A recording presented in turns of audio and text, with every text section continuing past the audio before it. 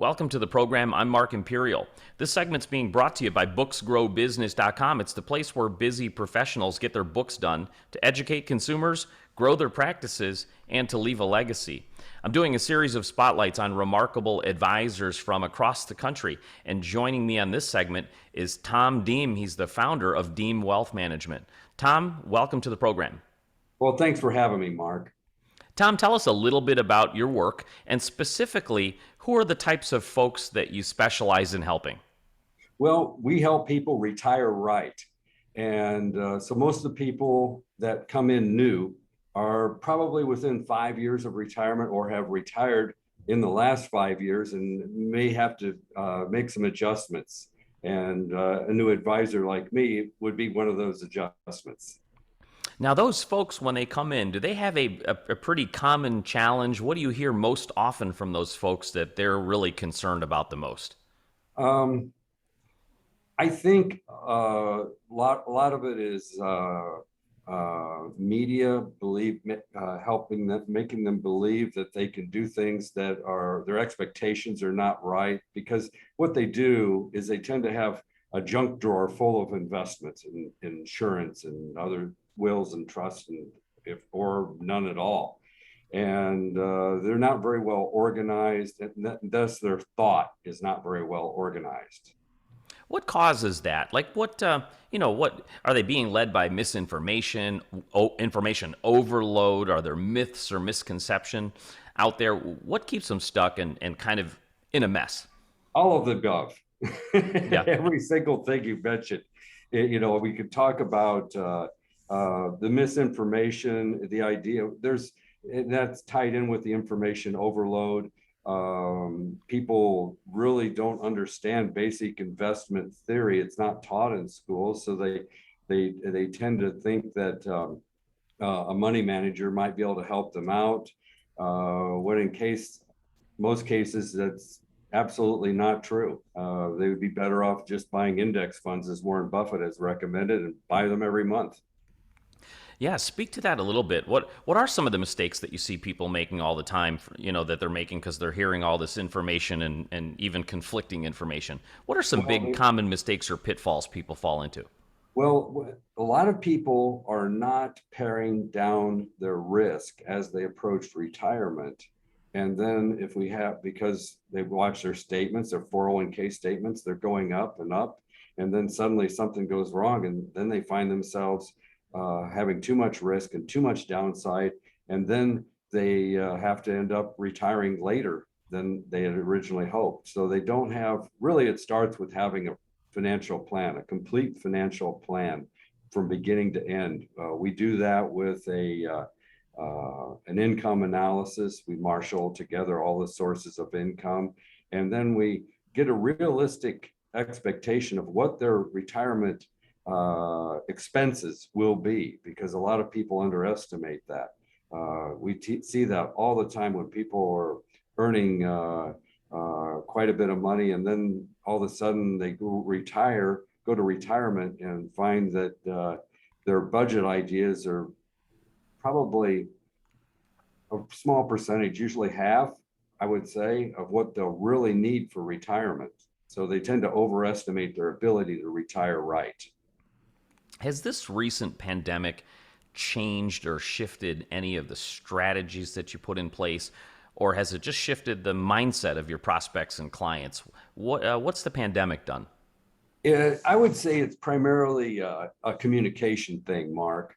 And that's come around quite a bit. In Fort Wayne, we're pretty well opened up. We were closed down last summer, in 20, I mean, and really throughout this year, things started opening up quite a bit. And so the communication is much better. We just had seminars at Ruth's Chris, and we had full houses at both events just recently, November 30th, December 2. We have these events coming up in January and February as well, and the expectations are very high for attendance. So in terms of actual investment process or retirement process, there has been no change. It's just a communication change where we do a lot of screen shares, Zoom meetings like this, and on the phone a lot more. and people were at that time not really coming into the office. And we're okay with that because we have many ways to communicate with people.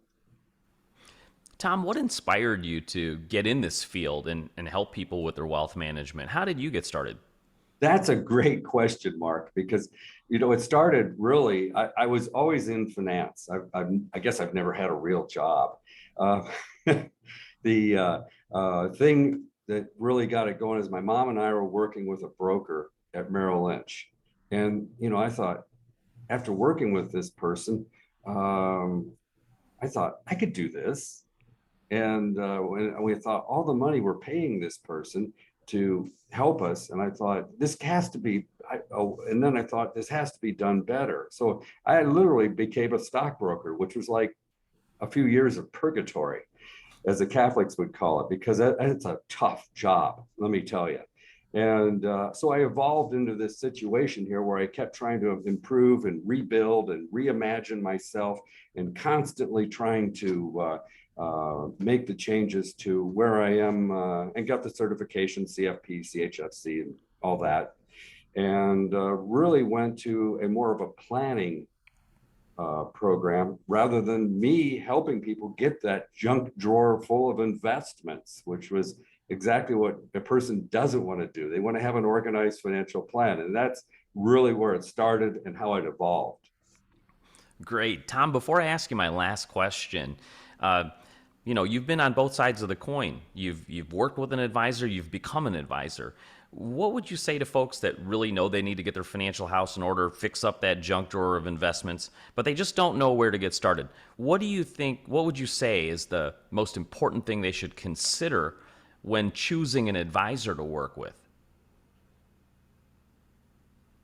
That's a great question. I would say there are good people in all types of formats, but what we've done is work very hard to eliminate the middleman and go direct, which at broker dealer firms, that's impossible to do, first off. And a lot of insurance firms, there's always this platform that you have to pay excessive fees and really find out what the fees really are, because fees matter. I mean, I still have people coming in and saying, I don't really care what you charge as long as you make me money. And I tell them right off the bat, you do care what I charge. You absolutely need to know every single thing.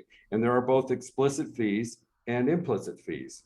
And that comes right out of your top line, no matter what it is. There's no magic on this. So when you select a person, know exactly what they charge on all fronts.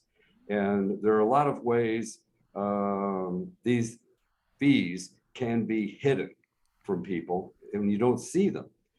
Trading costs on mutual funds are not disclosed in Part A of the prospectus. Total operating expense is not total expense. There are additional fees in addition to that. Also, when people buy, say, fixed annuities, and advisors mistakenly, I don't think it's intentional, I think it's mistakenly tell them that the commissions paid on these products are paid on behalf of them by the insurance company. Well, there's a spread inside these fixed annuity products. And that comes right out of the interest rate that a person would get. So if they get 3%, one could gather that over the course of several years, they're probably losing a point or more. And they're really common.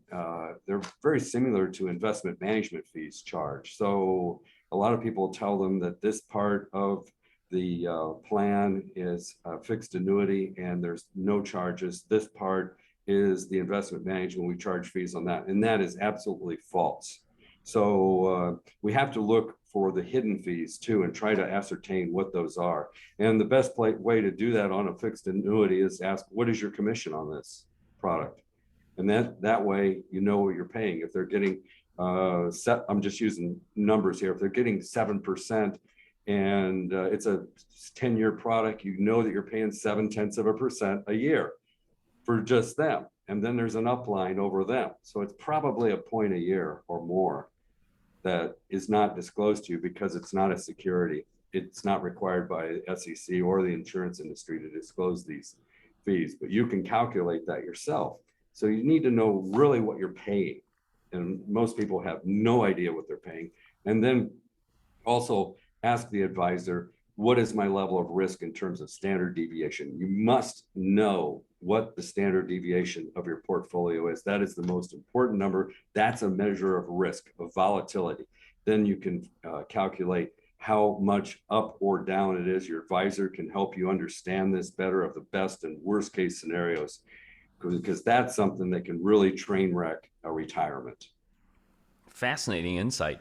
Tom, for folks listening that would love to speak with you, how do they find you, connect with you, and learn more? Well, Diem Wealth Management, Diem. We're on Facebook. You can like us there. You can go to tomdiem.com, Diem, or diemwealthmanagement.com. And I'm pretty easy to find. And you just search Tom Diem, Diem, and you'll find me on the net. Tom, this has been terrific. I really appreciate you taking the time and sharing with my audience today. I wish you continued success for you and for all of your clients. Oh, thanks, Mark. And I'm very flattered you having me on your show. And I know you're a busy person, and you can have anybody you want on there. And I'm just flattered that you had me today. You've been a pleasure. Thank you so much. That was Tom Diem. He's the founder of Diem Wealth Management. And this segment's been brought to you by booksgrowbusiness.com. It's the place where busy professionals get their books done to educate consumers, grow their practices, and to leave a legacy. That's all for now. I'm Mark Imperial, and thanks for joining me.